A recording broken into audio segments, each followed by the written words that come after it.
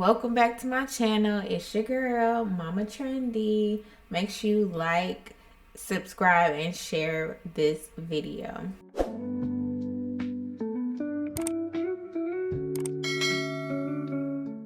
I know what you guys are thinking. Everybody breathe. Home births. I know for me, when I thought about home births, I'm thinking the worst of the worst. You know, the back in the days, binding your hands, binding your legs, screaming for dear life. But it's nothing like that, I promise. We're going to get into all the nitty gritty of the home births.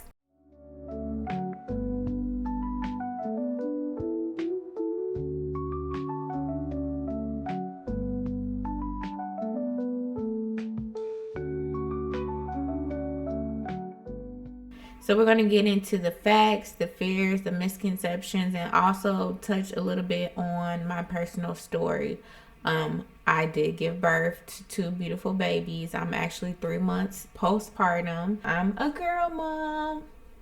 So I do have personal firsthand experiences with home births. So I'm going to get into that and share my experiences and ultimately why I made the decision to do a home birth. So let's jump right in. What are home births? What does that entail?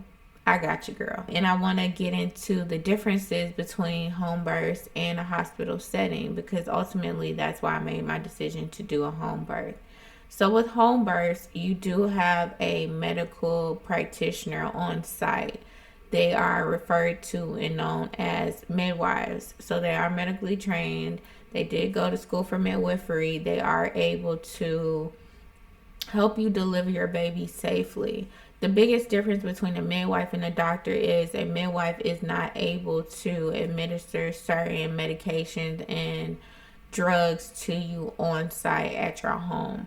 So, for example, if you are a woman that knows for a fact that you want an epidural for you is non-negotiable, then a home birth is not a setting for you because a midwife, they're not able to administer an epidural for you. You will have to be in a hospital setting. You're going to have a midwife in your home birth situation. You can also have a doula. A doula is an emotional support individual that's trained in all the breathing techniques, the pelvic floor exercises, and again, just all around emotional support. And then you can pretty much customize your labor and delivery setting to whatever suits you and your needs. So that was the number one thing that was most appealing for me, was knowing that I can make my labor, my delivery, what I needed it to be. And my number one thing was to be comfortable. Another big difference is the cost of it all. There's a big difference. And for me, that was a deciding factor that there's a big gap here. Medical hospital birth was going to cost me roughly $17,000 without insurance, and a home birth was roughly $7,000. And for me, I didn't want the stress of bills after I just gave birth. I just did the most important thing in my life. I want to enjoy my baby. I don't want to be depressed or scared or worried about the bills that were going to come after. So for me, the financial cost was one of the biggest things for me. I also had a birthing grant that I used to help assist with the payment of my birth. I will link it below for you guys. I think it's only available to the southern region states. So I think it might be like Georgia, South Carolina, North Carolina. I know I'm forgetting a state. But again, I'll link that information for you guys below so you can check it out and see if you qualify for it. And I'm sure there's other grants out there to help with women that want to do home births and want to have a midwife or a doula. I just haven't done that extensive research. I did enough to know that I found this grant that worked for me, that I qualified for. So ladies, if that's another thing that you want to do, like home births, I would suggest that you do your research for grant programs if you need financial assistance in that regard. Not every hospital practices the same. And the hospital that I was due to give birth at was very rigid and strict. And when I mean that, I mean I could not labor in a way that was conducive to me in my body and whatever felt comfortable for me to get my baby out safely. And for me, that was a non-negotiable. It's like I need to do what's natural for me. I need to do what's comfortable for me. And because my hospital, the specific hospital I was supposed to go to, pretty much said, you know, you have to give birth laying down in a bed, um, going against gravity, it just didn't sit right for me personally. And I know every woman's different. So again, it's not me knocking. This video is not to knock hospital setting births at all. I want every mom watching, every woman watching that's either giving birth or wants to have a baby to know that whatever works for you is for you. And this is just my experience. So if a hospital setting is something that you're comfortable with, girl, do you. If laying down didn't feel right for me and my baby, I'm going to squat, I'm going to kneel, I'm going to get on all fours. You know, I'm going to go from the couch, the bed, the pool. You know, I did all the above. Trust and believe to get the baby out. But that worked for me, and that made me comfortable. As comfortable as I could be. Because if you know, mamas out there, the contractions, they were contracting, and I'm gonna just leave it there. And then also the statistics show that women of color are dying in hospital settings during labor at alarming numbers and rates. I don't know why the case is, but it just is. It's the facts. And for me, that was very important. I didn't want to be a statistic in the hospital giving birth. I wanted to make sure me and my baby made it out okay. For the people in the back, do your own research. Like, you need to make sure that you're doing your own research. This is just my personal opinions, my personal experiences, and the research that I did for me to make my decision. I do want to disclose that I am not a medical practitioner of any kind. I'm not a midwife, not a doula, not a nurse, not a doctor, none of the above. I am just a mom that did her research and made a decision that worked for her in her life, her body, her baby. And I want you guys to make the same educated decision when you're giving birth or your parent planning for the future of your family and your baby. So do your research, ladies. For a home birth situation, you're going to have your midwife. That's going to be your medical practitioner that will help essentially catch your baby, check your vitals, the baby's vitals, and do all the after checkups for your baby. So they're going to weigh your baby, measure your baby, do the front footprints, check the blood type. Some midwives can give the PKU test, some can give the K shot, some can do different things that you would do normally with your baby after birth in a home setting. And I also want to get into the differences between my first birth and my second birth. So it was day and night from my first daughter to my second daughter, and I want to get into that with you guys too. Just so you know that not every home birth situation will look the same. You're not going to labor the same, and you may not have the same experience. So you want to make sure you're going into all that confident and with an easy mind, knowing that everything's going to be different, but you're still going to have the same result. You're still going to have your happy and healthy baby. And that should be the ultimate goal wherever you go, whether that's hospital, birthing center, or your home birth situation. Just do what's going to be comfortable for you. Just make sure you're knowledgeable and educated on how to do that. Baby girl number 1, I labored for 16 hours, 7 long pushes to get her out.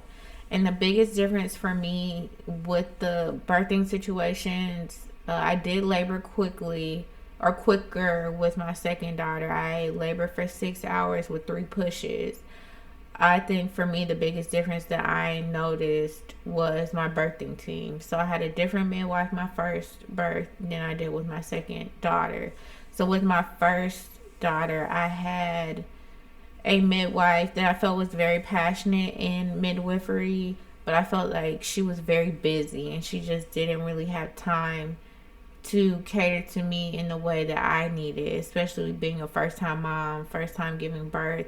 I didn't feel as supported as I wanted to feel in that moment, in that setting of giving birth. I felt like she knew me, but not as well enough where I felt 100% comfortable. She still did everything she needed to do to make sure I was okay and my daughter was okay during my pregnancy and after giving birth. So I definitely would give her credit to that, and I'm forever indebted to her and the other 4 midwives. I have 4 midwives that were at my home birth. When you're giving birth, there's no words to describe it. It's literally the undescribable, if that's a word. It leaves you speechless. Like, as a woman, you dig deep in a place that you didn't even know you had to pull out of and push through, to know that on the other side of this pain, on the other side of this uncomfortability, is going to be my beautiful baby. I get to hold them. But also being surrounded by women, powerful women, women that seen birth up close, women that know that this is possible, women that encourage you, women that are passionate, full of love and care and the nurturing aspect. I literally felt so empowered. I literally pulled from their strength, knowing that my family was just downstairs waiting for the baby also. Just knowing I had a home filled with love and energy and people cheering me on, cheering us on, waiting to just love on us. My midwives were amazing. My second team was just family. To this day, I still keep up with my midwives. Shout out to Kay and Casey.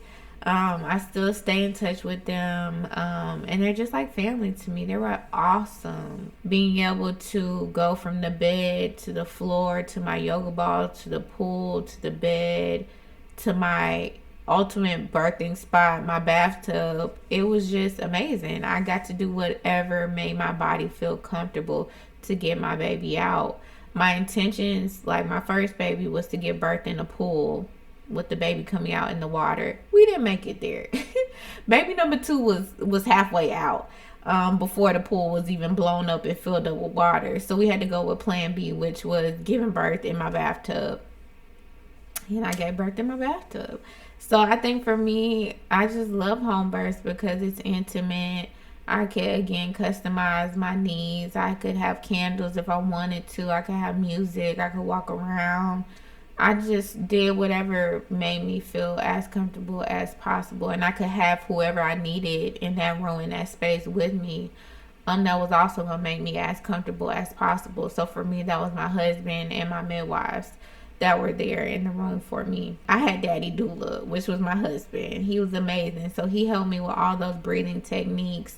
And again, I have my midwives who also are knowledgeable about those breathing techniques and those exercises that were helping me walk me through the breathing, the doing the yoga ball, the squatting, all the above. I learned so much with the first one that I made sure I did it even better the second time. And if I do have another baby, I'll make sure I do it even that much more better the third time. It's all a learning experience. But with each baby, you're going to learn and you're going to get more in tune with your body and yourself to know, like, okay, that was important the first time, but the second time I really need this. And from the second time to the third time, you're going to be like, not so much the third time, but I do want to make sure I have A, B, and C checked off. So for me, I made sure A, B, and C was checked out for the second go around, and I felt the difference was day and night. Like, recovery was so much better. I just felt like a brand new woman, to be honest. I felt empowered. I felt strong mentally and physically and spiritually. After I gave birth to my second baby girl, I had a hamburger and I was ready to get up and move. And I was moving. The second day I decided to do laundry and tore myself.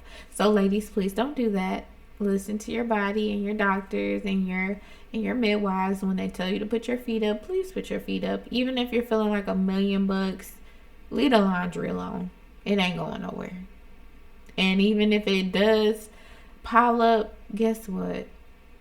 You're going to be okay. You just need to make sure you're okay for yourself and for your family. So leave the laundry alone. And DoorDash. Be a DoorDasher and an Uber Eatser. Just take care of yourself. Again, do your research. Do what's going to resonate for your heart, your spirit, in your baby, and know that whatever route that you choose, whether it's home birth or hospital setting, just know that either option is fine.